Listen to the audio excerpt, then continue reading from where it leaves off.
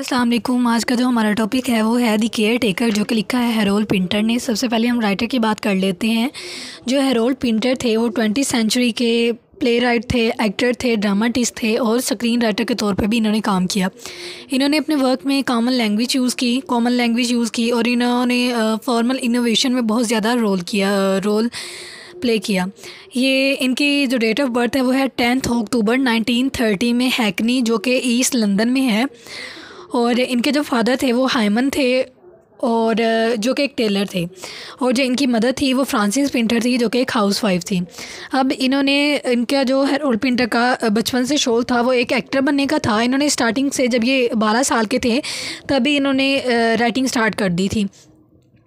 फिर इन्होंने एक्टर के इंस्टीट्यूट में जो है वो एडमिशन लिया। एज एन एक्टर इन्होंने एडमिशन लिया और प्रैक्टिस करना शुरू कर दी, लेकिन ड्यू टू इनके पास इतने ज़्यादा रिसोर्सेज नहीं थे जिनकी वजह से इन्हें ड्रॉप आउट करवा लिया गया था।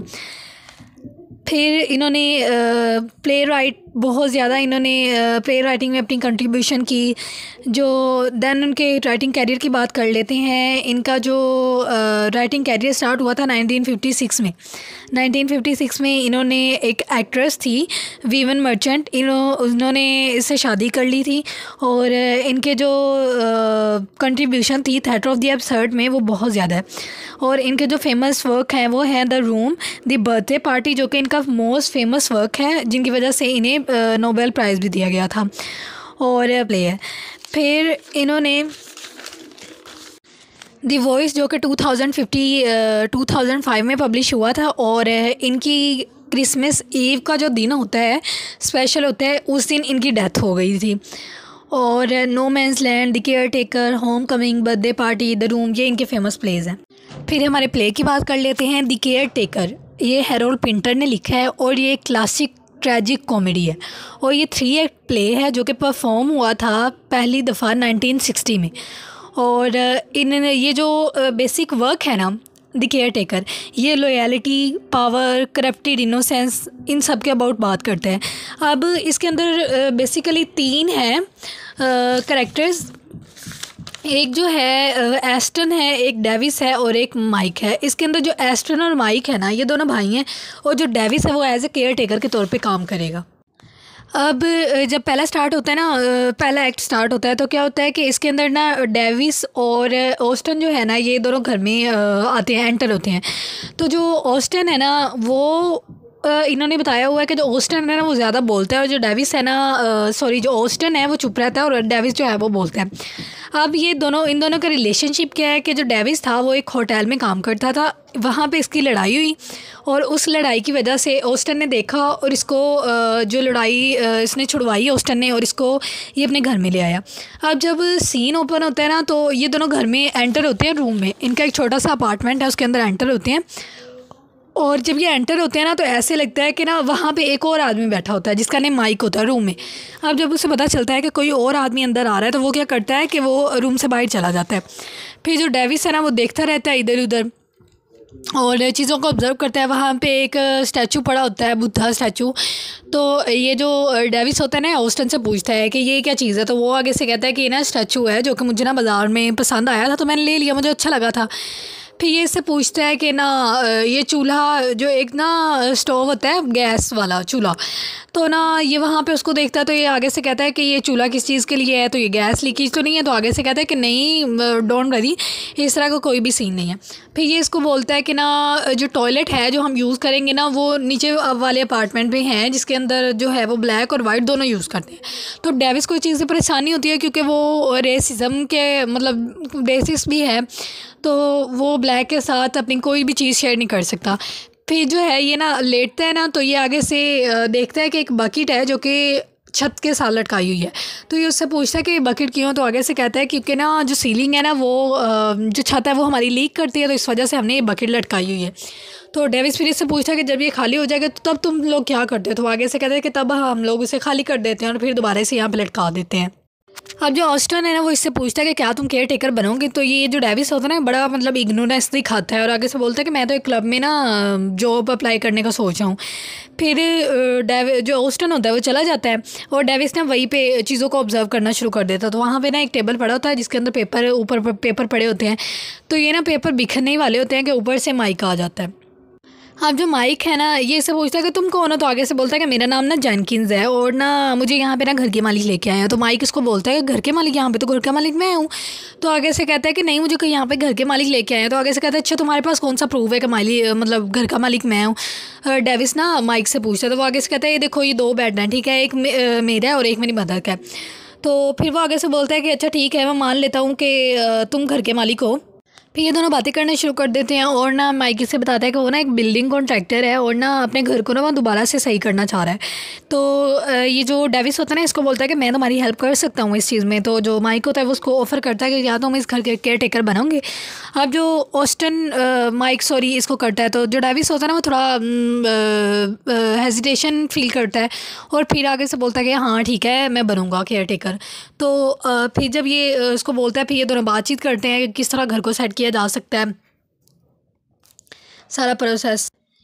अब ना फिर दूसरे दिन क्या होता है कि ना जो डेविस है ना वो घर में एंटर होता है तो काफ़ी अंधेरा छाया होता है। तो ये ना स्टम्बल होता है और गिर जाता है, मतलब इसका पाँव किसी चीज़ से टकराता है गिर जाता है। फिर ना लाइट ऑन हो जाती है और ना माइक जो होता है ना वो इसे नज़र आता है। तो वो आगे से बोलता है कि मैं ना घर की साफ़ सफाई कर रहा हूँ, उससे वैक्यूम क्लीनर से उसकी आवाज़ आ रही होती है। अब माइक ने इससे पूछता है कि तुम अपनी बताओ कि पहले तुम कहाँ पे रहते थे, कैसे हो सारा। तो ये इसको बताता है कि मैं जो है ना मैं अपने सारा कुछ अपनी जो आइडेंटिटी है ना वो मैं प्रूफ कर दूंगा, लेकिन मेरे जो हैं वो सारे आइडेंटिटी पेपर्स जो हैं वो सारे सिद्धकप में हैं, तो मेरे पास शूज़ नहीं है। अब जो ऑस्टन होता है ना ये आगे से बोलता है कि ना ये इसको अपने शूज़ देता है लेकिन ना इसको वो खुले होते हैं। तो फिर ये दोबारा बोलता है उसको कि ना मुझे शूज़ ला के दो। तो वो उसके लिए 2 पेयर शूज़ के लेके आता है।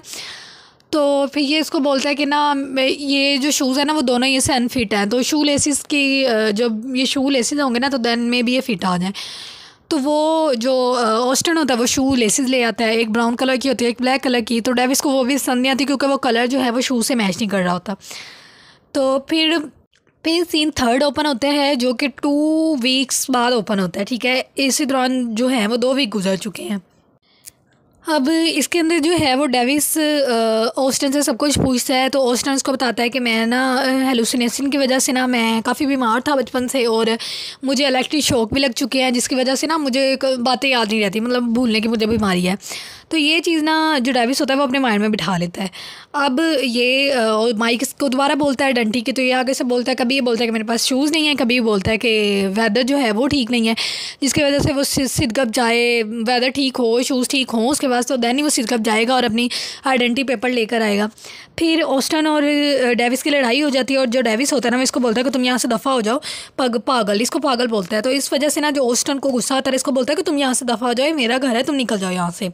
अब ऑस्टन जो है ना वो जितनी भी चीज़ें डेविस की होती हैं ना वो सारी इकट्ठी करता है और ना उसका एक ब्लू कोट होता है और वो ना उसको अपने घर से बाहर निकाल देता है। तो डेविस जो है ना वो चीखे मारता है और उसको पागल बोलता है। फिर ना जो ऑस्टन होता है ना इसको बोलता है कि तुम यहाँ से दफ़ा हो जाओ, तुम में से तुम स्टिंग मारते हो, मतलब तुम में से ना बदबू आती है। तो ना फिर शाम हो जाती है, शाम को ना दोबारा डेविस घर में एंटर हो जाता है माइक के साथ और ना माइक को बोलता है कि ना मुझे ऑस्टन ने बोला है कि मैं बदबू मारता हूँ, तो क्या मैं बदबू मारता हूँ? तो आगे से कहता है कि मैं भी, ठीक है। फिर ना माइक और जो डेविस होते हैं ना दोनों कर रहे होते हैं, मतलब उसकी कंट्रीब्यूशन वगैरह के लिए ना सॉरी घर की तामीर के लिए कुछ कर रहे होते हैं। तो ये जो डेविस होता है ना इससे पूछता है कि कौन इस घर में रहेगा। तो माइक उसको बोलता है मैं, मी एंड माई ब्रदर। तो आगे से बोलता है एंड व्हाट अबाउट मी। तो वो आगे से जो ऑस्टन होता है ना सॉरी जो माइक होता है वो ना थोड़ा सा मतलब उसे कोई रिस्पॉन्स नहीं देता।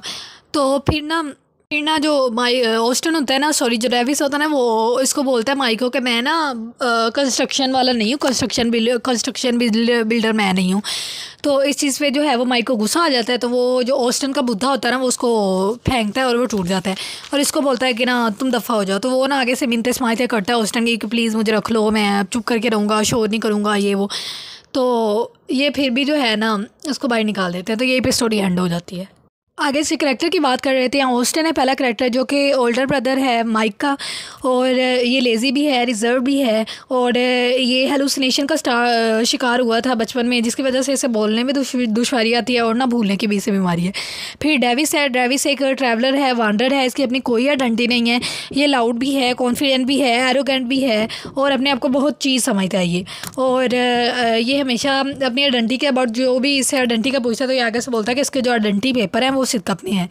नेक्स्ट जो है वो थर्ड कैरेक्टर माइक का है, जो कि यंगर ब्रदर है ऑस्टिन का, और ये मिस्टीरियस है, कॉम्प्लेक्स है, इंटेलिजेंट है, एम्बिटियस भी है, और ये हमेशा ड्रीम करता है कि जो इसका घर है ना वो अच्छे से तमीर हो जाए और प्यारा बन जाए।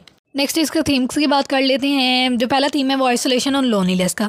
इसके अंदर हम लोनलीनेस देखते हैं कि जो करेक्टर है ना, मेन करेक्टर ऑस्टिन और माइक दोनों भाई हैं, लेकिन ये इतने ज़्यादा एक दूसरे से पार्ट हो चुके हैं कि ये एक दूसरे से बात नहीं करते, ठीक है, लोनलीनेस फील करते हैं। जो ऑस्टिन है वो अपनी जो अलहदगी है, लोनलीनेस है, वो डेविस के थ्रू जो है वो डेविस को बातचीत करता है। मतलब ऑस्टिन और माइक दोनों आपस में बात नहीं करते, बल्कि वो डेविस से करते हैं। जो माइक है वो अपनी सारी जो डिफ़िकल्टीज़ होती हैं अपने ब्रदर के अबाउट, तो वो डेविस को बताता है। जो ऑस्टिन है वो अपनी सारी चीज़ें हेलुसिनेशन वाली वो सारी डेविस को बताता है। तो ये लोनलीनेस का थीम इसमें देखा जा सकता है कि दोनों जो भाई हैं वो हैं दोनों भाई, लेकिन वो इतने ज़्यादा लोनली हो चुके हैं कि वो एक दूसरे से कोई भी चीज़ शेयर नहीं करते।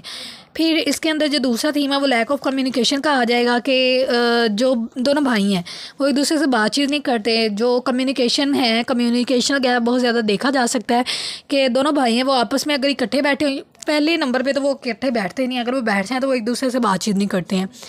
तो ये इसके अंदर कम्युनिकेशन का गैप आ जाएगा। ना ऑस्टिन माइक से करता है, ना माइक ऑस्टिन से, बल्कि वो डेविस से इस तरह एक दूसरे के बारे में बात करते हैं।